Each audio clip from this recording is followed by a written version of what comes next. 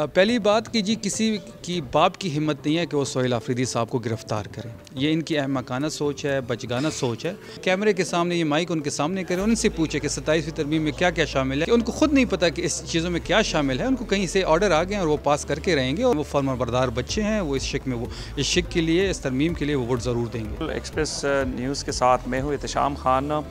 मावन खसूसी खैबर पख्तूनख्वा शफ़ीउल्लाह जान हमारे साथ मौजूद हैं। उनसे बात करते हैं कि जो 27वीं तरमीम आ रही है इसके बारे में पार्लियामेंट में शामिल जमातें जो हैं इनको इसके बारे में कितना इल्म है और जो पीटीआई का इस हवाले से स्टांस है। सर बताएं, पीपल्स पार्टी ने इसकी हिमायत की है, नून लीग के अरकान की क्या स्टेटस है और एमल वली के साथ कौन सा प्रैंक हुआ है? देखिए, इस वक्त आपने देखा होगा कि एक इमरजेंसी किस्म की सिचुएशन पाकिस्तान की सियासत में बनी हुई है। वज़ीर आज़म बाकू में थे, उन्होंने वीडियो लिंक के ज़रिए कैबिनेट को हेड किया और एक गैर आइनी तरमीम को वहाँ से पास करवाया। वो अपना दौरा मुख्तसर करके पहुँचे हैं। पता नहीं कौन सी इमरजेंसी है, क्यों इतनी जल्दबाजी हो रही है। जो 27वीं तरमीम हो रही है इसमें पाकिस्तान की जो आइन है उसको मसख़ किया जा रहा है। पाकिस्तान में जमहूरियत का जनाजा निकाला जा रहा है, सिविल सुप्रीमेसी को दबाया जा रहा है, लोगों की आवाज़ को दबाया जा रहा है। जहाँ तक नून लीग और पीपल्स पार्टी की बात आप कर रहे हैं, आप ये माइक लेके जाएं और किसी टॉक शोज़ में उनके मेंबर्स कौमी असम्बलीज़ को बुलाएं, सेनेटर्स को बुलाएं या किसी पार्लियामेंट के बाहर अपना कोई नुमाइंदा खड़ा करके ये कैमरे के सामने, ये माइक उनके सामने करें, उनसे पूछे कि 27वीं तरमीम में क्या क्या शामिल है।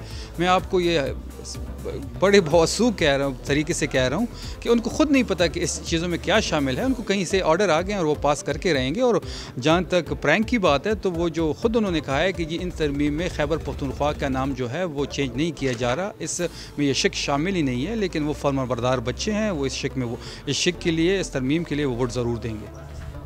शफ़ीउल्लाह जान साहब, जो जरगा तलब किया गया है उसमें जो सियासी जमातें हैं, ज़्यादातर सियासी जमातें उसमें JUI, ANP और दीगर जो बड़ी जमातें हैं उन्होंने हामी भर ली है इस जरगे में बैठने की।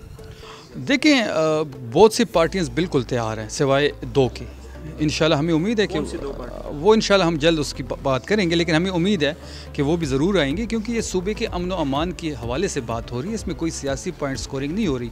हम खुद हर पार्टी के ऑफिसेस गए हैं, उनके मराकज़ पे गए हैं, उनको दावतनामे दिए हैं। CM साहब ने खुद उनके मशरान को कॉल की है। हम बड़ी सीरियस हैं और ये बहुत बड़ा पॉजिटिव साइन और बहुत बड़ा पॉजिटिव कदम है सूबे के अमन के हवाले से। तो हमें उम्मीद है कि तमाम सियासी पार्टी और तमाम स्टेक होल्डर्स मौजूद होंगे 12 नवंबर के जरगे में। जरगे से पहले अगर जरगे का जो सरबराह है उसको अगर गिरफ़्तार कर लिया जाए तो उस पर एक बड़ा सरप्राइज़ तो नहीं मिल रहा आप लोगों को? पहली बात कि जी किसी की बाप की हिम्मत नहीं है कि वो सोहेल आफरीदी साहब को गिरफ़्तार करें। ये इनकी अहमकाना सोच है, बचगाना सोच है। गिरफ़्तार करना तो दूर की बात, ये कोशिश करके तो देखें, सिर्फ कोशिश करें। तो ये खैबर पख्तूनख्वा के जो नौजवान हैं जो इस वक्त सोहेल आफरीदी के पीछे खड़े हैं, पूरा खैबर पख्तूनख्वा की आवाम सोहेल आफरीदी साहब के पीछे खड़ी है। यहाँ पे तहरीक इंसाफ की गवर्नमेंट है 3/4 से, तो ये जो सड़कों पे फिर जो होगा फिर इनके कंट्रोल भी नहीं होगा। ये वो आ गया, ये सबको बहा के ले जाएगी। बिल्कुल, ये शफ़ीउल्लाह जान थे, वो बता रहे थे कि 12 नवंबर को जो यहाँ पे सूबाई जरगा हो रहा है उसमें तमाम जो ज़्यादातर सियासी जमातें हैं उन्होंने हामी भर ली है और 27वीं तरमीम के हवाले से भी उन्होंने ANP और नून लीग के हवाले से भी जो हिकमत अमली है वो भी उन्होंने बताई है। जी।